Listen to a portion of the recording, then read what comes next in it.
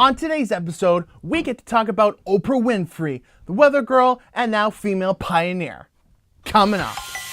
In today's episode, you're going to feel empowered, unstoppable, and gain the tools to accomplish anything you can dream of, using real examples from some of the most successful entrepreneurs in the world. That's all happening today on the I Can Show. Hey everyone, welcome to another episode of the I Can Show podcast, where we show you the realm of possibilities and how to succeed in your passion. My name is James Martin, and I'm so excited for another episode today. Heck, I'm always excited. But today we're going to talk about Oprah Winfrey, a very inspirational woman, especially to other female entrepreneurs, and how did she succeed and how did she grow in her passion. If you're new to the episodes, I would love to hear your thoughts down in the comments below. If you found something very, very inspiring, I want to hear about it. And you can also send me any questions, and I would love to hear your feedback by sending them to magicutmedia@gmail.com. Now, Oprah. You know, it always fascinates me whenever I talk to people and they just look at some of these celebrities and they just think, oh, they were born this way, and then just magically they were born and then they become, super ridiculously famous. But a lot of people tend to forget where people grew up from. A lot of people tend to focus more on the tip of the iceberg and they don't see the entire iceberg underneath the water. You have to understand that Oprah grew up in the mid-1950s. This is at an age where there was racism in most parts of the United States. Not as bad now, but there were some bits of racism for the black culture. So, first off, Oprah, which is actually funny because when she was actually born as Orpah, O-R-P-A-H, Orpah Gail Winfrey on January 29th, 1954. Winfrey's first name was spelled Orpah on her birth certificate after the biblical figure in the book of Ruth.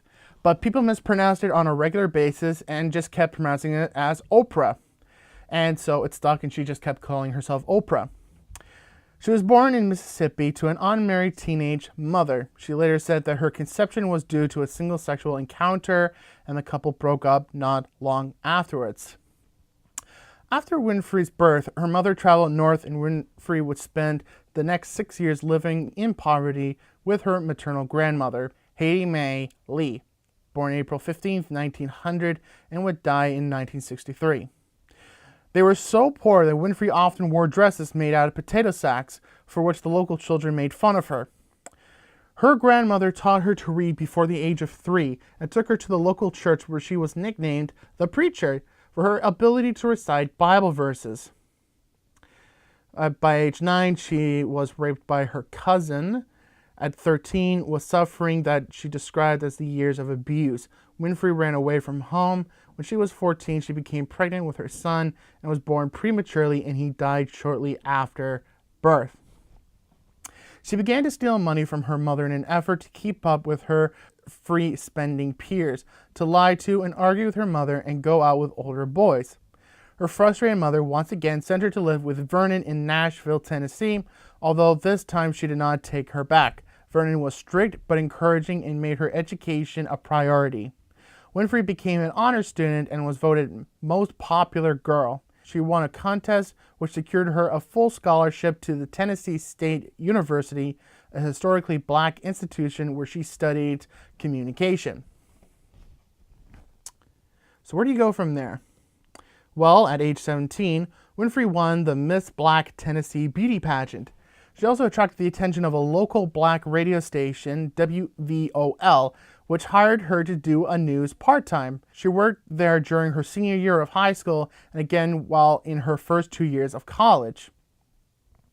Working in local media, she was both the youngest news anchor and the first black female news anchor at Nashville's WLAC-TV. In 1983, Winfrey relocated to Chicago to host WLS-TV low-rated half-hour morning talk show, AM Chicago, the first episode which aired on January 2nd, 1984. Within months after Winfrey took over, the show went from last place in the ratings to overtaking Donahue at the highest rated talk show in Chicago. Everyone just loved her personality.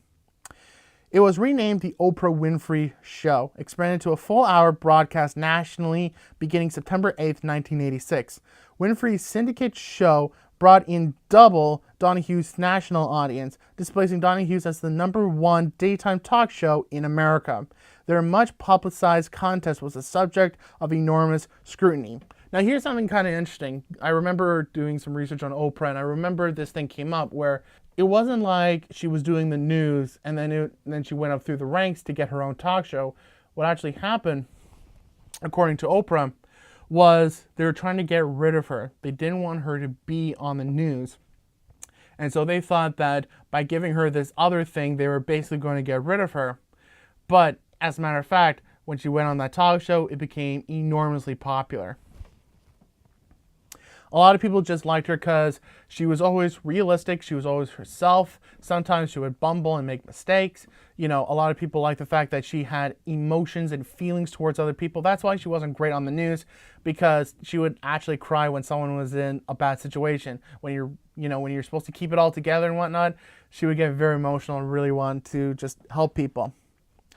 A TV columnist, Howard Rosenberg, once said, "Oprah is a roundhouse, a full-course meal. Big, brassy, loud, aggressive, hyper, laughable, soulful, tender, low-down, earthy, and hungry." In the early years of The Oprah Winfrey Show, the program was classified as a tabloid talk show.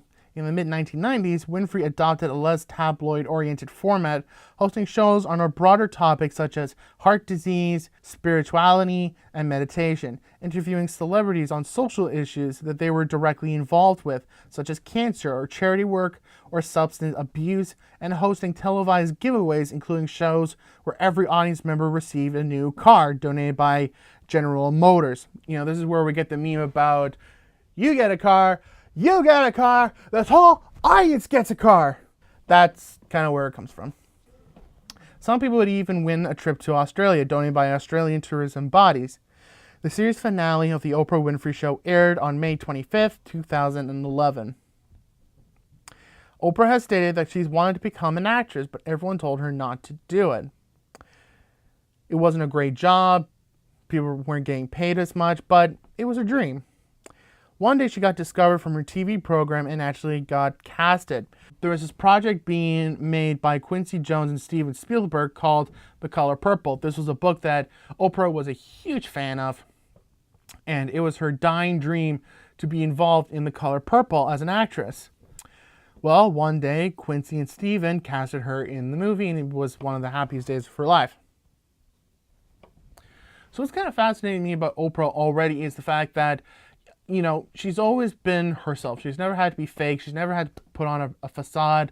She's always just been herself in her own lovable, cute, adorable fashion. And I mean, you may not necessarily agree with all of her life choices, but I think it's very important to note about how she just became herself. I mean, she has done a lot of nice things. She's donated lots to charities. She's helped other people. She's endorsed many different people. She's endorsed Barack Obama, which helped his voting in the presidential debate in 2008. So she's done a lot of different things of benefit, and she likes helping other people. Now, she wanted to grow from her Oprah Winfrey Show, and she wanted to establish what would be known as the Oprah Winfrey Network. So on January 15th, 2008, Winfrey and the Discovery Communications announced plans to change Discovery Health Channel to a new channel called OWN, OWN, also known as the Oprah Winfrey Network. It was scheduled to launch in 2009, but was delayed and actually launched on January 1, 2011. One thing I remember listening to in a documentary was Oprah once said that often her #1 purpose in life was to shine a beacon of hope to as many lives as she can. Oprah believes in everyone touching into their inner beauty, believing in themselves, and tapping into their fullest potential. And again, I just think that it's interesting when I listen to someone like Oprah, because again, like, she's one of these unstoppable people where just she'll do whatever it takes. She'll do anything that she can to get what she wants. Whether that's being on the news, whether that's being on a radio station, being an actress, or getting her own freaking network. So I think there's a lot to learn, but I want to hear from you right now. Is there something about Oprah Winfrey's biography and her career and her success that inspires you to do what you do? let me know in the comments. I also want to hear from you in the emails at magicutmedia@gmail.com if there's anything that inspires you about Oprah Winfrey. If you've got any value from this podcast, I'd love to invite you to our shop at shop.spreadshirt.ca/iCanShow, where you can find all the I Can Show merchandise. Anytime you purchase the merchandise, you're supporting our ability to keep this podcast alive and to keep making it better, improve it, and to keep pushing it out to inspire more people. And if you're able to share out these podcasts to inspire other people and to let other people know about the existence of this podcast, it would mean a lot, because our goal is to touch as many different people and encourage other people to pursue their passion, feel empowered, feel inspired, and unstoppable, just like Oprah, so that they can do their own thing. Once again, thank you so much for listening to the show, and I can't wait to see you next time. Take care.